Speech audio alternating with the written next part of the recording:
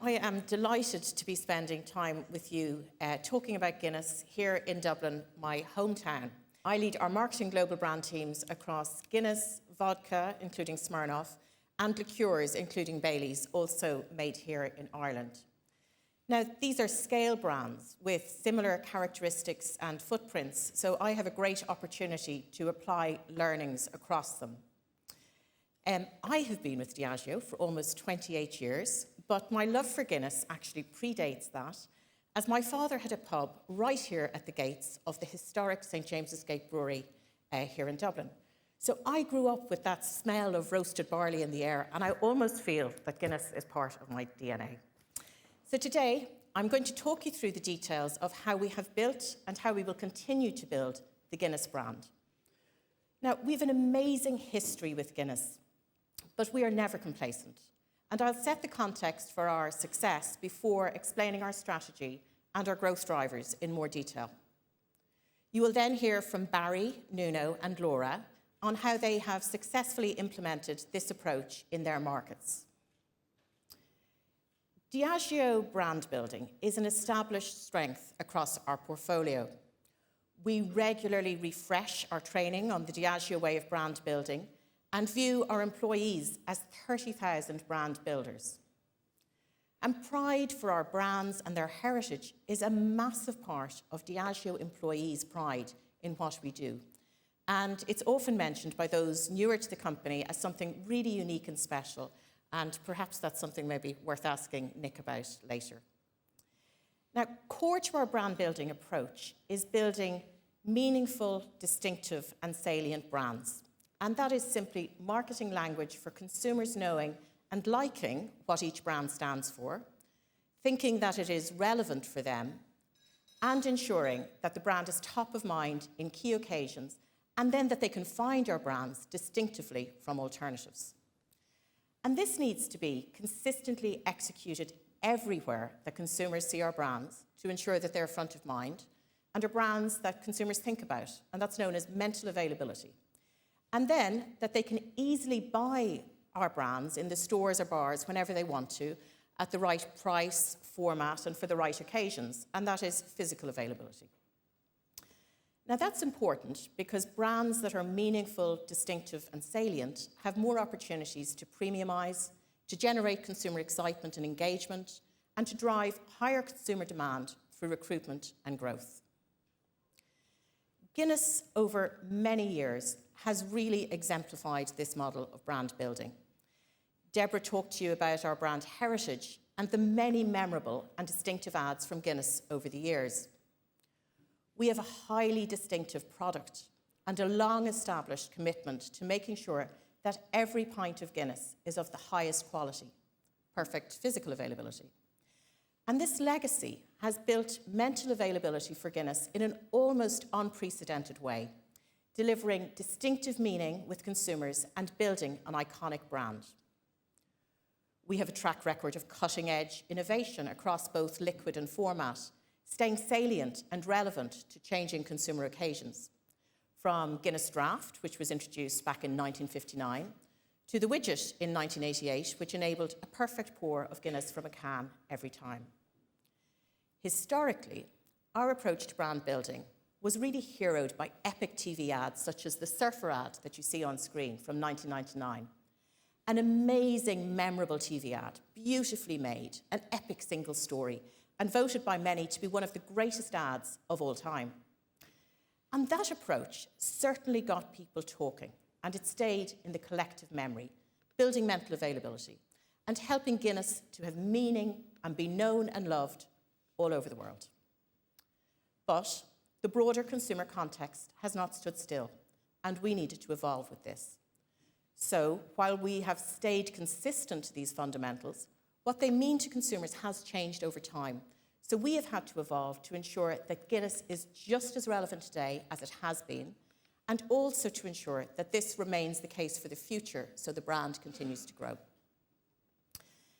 Now, from about 2015, as Deborah showed earlier, it became clear to us that we needed to make a change in how we built meaning, salience, and distinctivity across both mental and physical touchpoints in order to recruit and grow. The media that people primarily were watching or reading was changing and shifting from heavily TV and print to digital and social platforms. And that represented new ground for Guinness because it was a brand that was built on decades of epic broadcast advertising.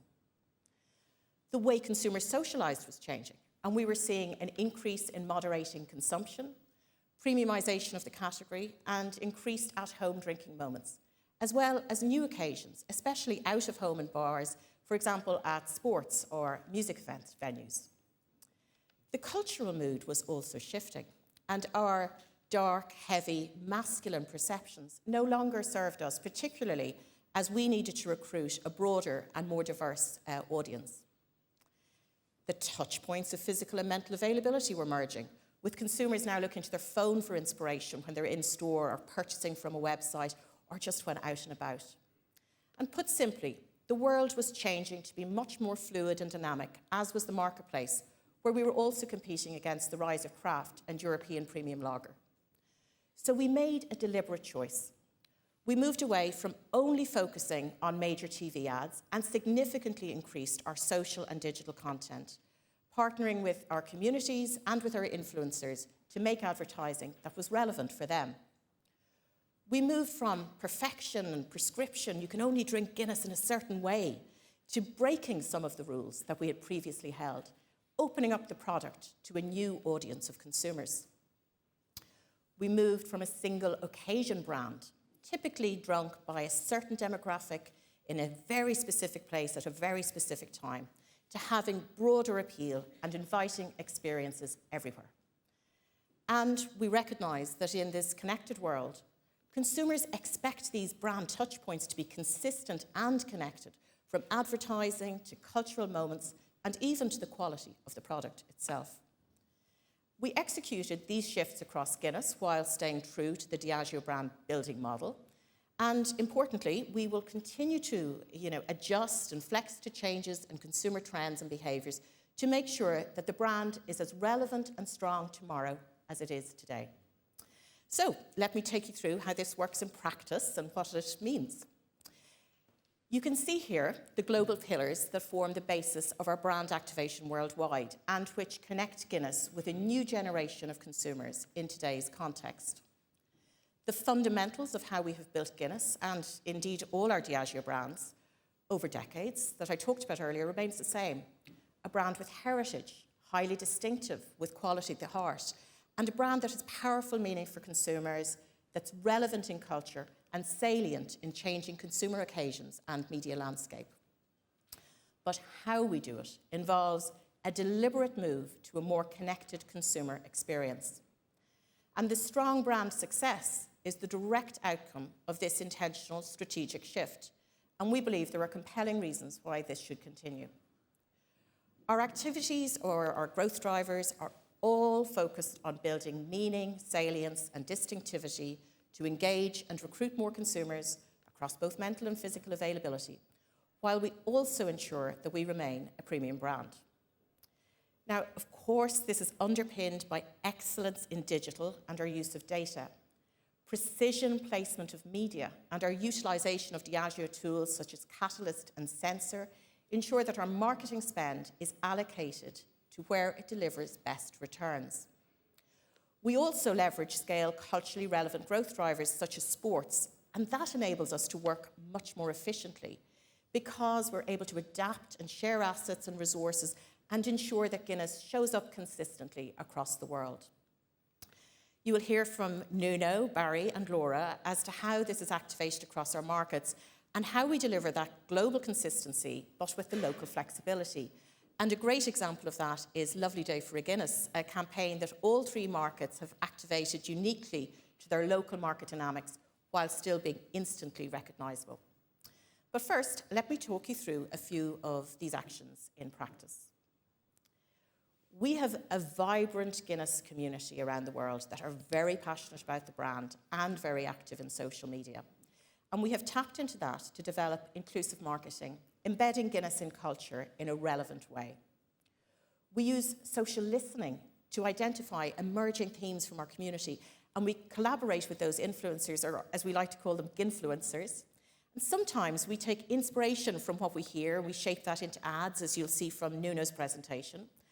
Other times we work directly with partners. For example, we teamed up recently with the fashion designer J.W. Anderson, and we saw Guinness appear then on his catwalk and then later for sale. Or sometimes we ask creators to take the lead, for example, inviting consumers to design our beer mats. One scale example that we noticed was our younger and female drinkers in GB were being much more playful with their pints and then sharing that on social media. So we saw an opportunity to demonstrate quality by creating and sharing these distinctive ownable rituals. The image on the slide here shows the tilt test, and that's a ritual that consumers shared on social media. With the result in the last year, 23 to 24, sharing of Guinness rituals on social media has more than doubled at no cost to Diageo. So by working with consumers to both create and share, we've made quality fun, and we've seen an uptick in quality perceptions amongst key LPA to 34-year-old consumers as a result. Another very important consumer passion point is sport. And Guinness and sport have shared values of communion and camaraderie. Enjoying a pint of Guinness while supporting your team is an established occasion, so it's not surprising that Guinness has a long association with sport.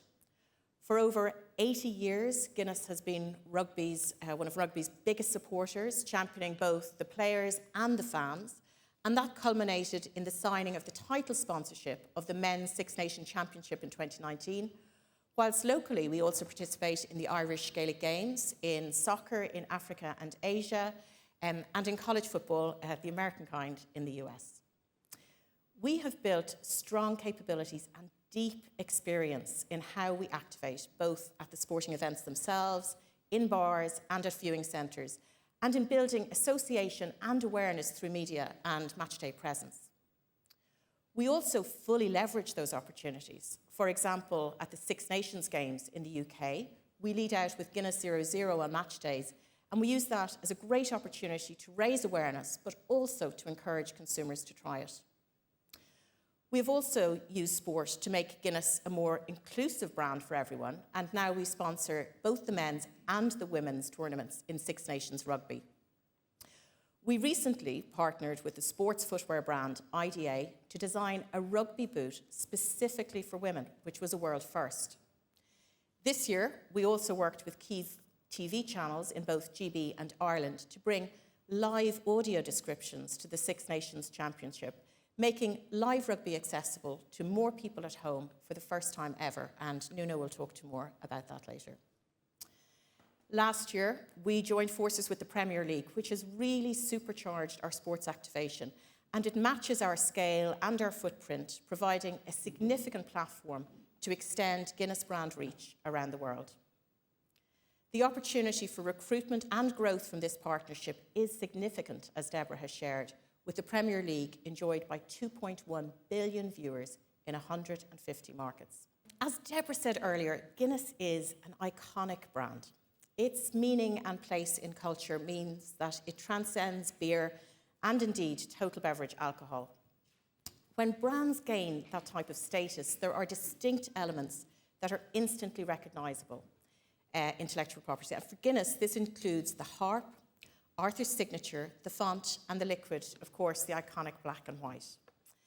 Actively managing this equity is both profitable, but can also take the Guinness brand to places where the Guinness beer can't go logistically. And that builds greater salience and connectivity with our consumers. The apparel example on the slide here demonstrates how this works. From limited edition influencer partnerships through to scale quality t-shirts, widely and consistently available at retail. And this approach reinforces and embeds us further into culture through supporting our other cultural activation pillars such as sports. The Guinness Storehouse is leading the charge on bringing the full Guinness experience to life for more people. And those of you who have spent the morning here in Dublin with us have seen in real life the high value, highly personalised and deeply immersive brand experience. We're able to build a direct personal relationship with visitors that we then sustain over time in different channels. In 2023, the Guinness Storehouse, the home of Guinness, achieved its most prestigious accolade to date by being crowned the world's leading tourist attraction at the World Travel Awards in Dubai, and that's often known as the Tourism Oscars, and it triumphed over global iconic landmarks such as the Great Wall of China to claim that top honour. In addition, the Storehouse has evolved to be community first, representing and celebrating the very best of modern Irish culture. Importantly, our post-visit research shows that visitors increase their view of the quality, the taste, and their affinity for Guinness. And this is even more emphasised amongst LPA plus females, which is a really important recruitment group. Now, having been to the Storehouse, visitors were more likely to want to talk about it with friends, and brand penetration increased significantly, almost doubling well after the visit. And while the Storehouse is the home of Guinness, we also have brand homes in the US, and in December, we are excited to open our Open Gate Brewery in Covent Garden in London, which you can see here in the bottom right image. Our distinctive product is rooted in the quality of the beer, and we take this very seriously. In fact, the quality of our serve has long been almost an obsession for Guinness. Our first ever newspaper ad, back in 1929, called out our superior quality. And we ensure that every touch point with Guinness is a quality one, both from grain to gate in the production process, as Ewan will talk to later, or from gate to glass in bars and at home. In the on-trade, we know that for us, more so than for our peers, a quality served Guinness is something that will bring consumers back to a pub, reinforcing the importance of us working with our customers to help ensure a consistent quality Guinness. We have a Guinness Quality Index that provides a detailed guide for teams on working with the on-trade on every aspect of the delivery of a quality pint of Guinness, and a robust mystery shopper programme that checks glassware, temperature, pour, and the back bar. And of course, in this seamless, connected consumer world, the Guinness community of today are quick to share on social media when they have experienced a good or a bad pint, and that is key to our reputation for quality. We sell branded glassware on the Guinness web store. Last year's sales were nearly $1.5 million, up 80% on the previous year. So Guinness glass now is simply a cool item to own. We've learnt that our drinkers and our communities are interested in knowing more about quality, so our marketing includes communication on that. So whether it's through rituals on social media, or how-to videos, or through innovative activations such as the Stoutie, hugely engaging for consumers as it enables them to personalise their pint, often with an image, often their face. And of course, as you will hear, innovation has been key in delivering a premium quality experience. So I'll now talk a little bit more about that. Guinness has delivered strong growth, but we have the opportunity to take that even further, extending and premiumising the Guinness distinctive experience through unlocking breakthrough innovation. As I said at the start, Guinness has a strong track record of successful innovation, such as Guinness Draught and the Widget, and our ongoing ambition is for best-in-class innovation led by our technology capabilities to bring Guinness to more people, more often, in premium formats, serves, and liquid experiences. Microdraft unlocks new on-trade distribution around the world for bars and restaurants that are unable to have a draft beer set up, but want to be able to serve a perfect pint of Guinness to their customers. It also supports our rollout of Guinness 0.0, with around a third of its volume being 0.0. NitroSurge was born from the extreme lengths our drinkers were going to get a great pint of Guinness when the pubs were closed during COVID, and puts the craft of draft into consumers' hands at home. Validated and accelerated by social listening, this gave us a day-one audience of superfans to launch alongside and build traction with right from the start. Deborah talked about the success and the production expansion of Guinness 0.0 and how it is key for Guinness in providing a moderation choice and reaching Gen Z. We're excited about the future opportunity that this has for growth and further rollout. We know that Guinness 0.0 also provides real benefits to our on-trade customers and is a traffic generator, with 65% of consumers in GB agreeing that the availability of Guinness 0.0 specifically would influence their choice of venue. Finally, Guinness Smooth is recruiting younger LPA plus and female drinkers through an easily accessible taste profile and contemporary positioning. We've launched first in key African markets and with opportunities to go beyond to new geographies. Beyond innovation, we also work to extend our physical presence in different channels, seasons, and formats. And you will hear from Barry about our Lovely Day for a Guinness platform, which increased consumption into the summer. From Nuno as to how we've extended our activation to reflect the sports sponsorship calendar. And from Laura, how we are building distribution in key on-trade and convenience channels in the US. Across all of our Guinness marketing, and in fact across the Diageo portfolio, we are committed to continually improving our marketing effectiveness and measuring returns on our A&P. I am proud that Guinness leads the pack in long-term returns from A&P. Measured over a 2 to 3 year time span, long-term ROI captures the profit impact from brand building investment, and it reflects the strength of the growth drivers I've just talked through. We also have a very strong short-term ROI, second only to Baileys. And in fact, we have grown our short-term ROI over the last 3 years by an impressive 51%. By delivering on both, we are building both short-term sales and a long-term, healthy, strong brand. A particular example you will hear more about from Barry, as it was led out of Ireland, is our use of data to ensure that our media is placed in the locations where there's highest potential returns from consumer spend. We've seen that prove out in terms of driving footfall and, of course, contribute to the effectiveness of our media buying. Across Diageo, we use AI in our in-house virtual studio, and we can rapidly change assets to show different packs, languages, and fulfill multiple different regulatory requirements. We employed some of these tools to deliver a fast rollout of advertising materials for the Premier League and save cost. On average, across Diageo, we save 40% per asset adapted through using AI. And that agility also frees up time for our marketing teams to focus on delivering great creative grounded in consumer insight. Creative excellence and innovation are, as you've seen, fundamental to what makes Guinness an iconic, strong brand. And our brand marketing capability is something we are particularly proud of at Diageo and where we believe we have competitive advantage. It's great to have external recognition for our work on Guinness.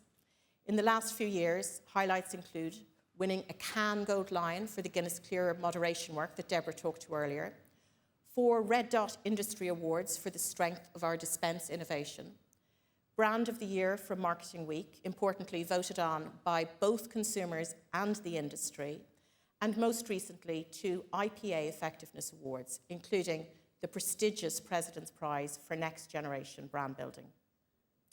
And these recent awards recognise what we have achieved with Guinness, evolving with the context of today to recruit new consumers. Our current strong performance is the outcome of this intentional strategic shift and our ability to adjust with agility to the consumer environment while still remaining recognisably Guinness. However, we do see opportunities to do more with our strategy and to call out just 3. Recruiting a broader range of consumers by showing up in their places and spaces, more occasions, more seasons, more geographies. Guinness 0.0 has incredible momentum, and it is just beginning to make inroads in the US and is not yet available in many Guinness markets. Finally, the further potential of scaling and building with the Premier League partnership globally. This 4-year partnership only started less than a year ago. We will continue to evolve our brand building as the consumer environment changes, building Guinness as an iconic brand and recruiting consumers, but ensuring that we do it in a way that is relevant for consumer trends, behaviour and engagement. So I've shared today how we have evolved marketing of Guinness while staying true to the fundamentals of the brand and indeed to the Diageo way of brand building, remaining meaningful in culture, committed to our product distinctivity and quality, and remaining salient and innovating into new occasions. The growth drivers I've talked to work together across the strategy, efficiently reinforcing each other and underpinned by data and digital. We are smart about our approach to A&P, and this will continue to be a focus for us. And finally, we're excited about the continued opportunity and potential for growth.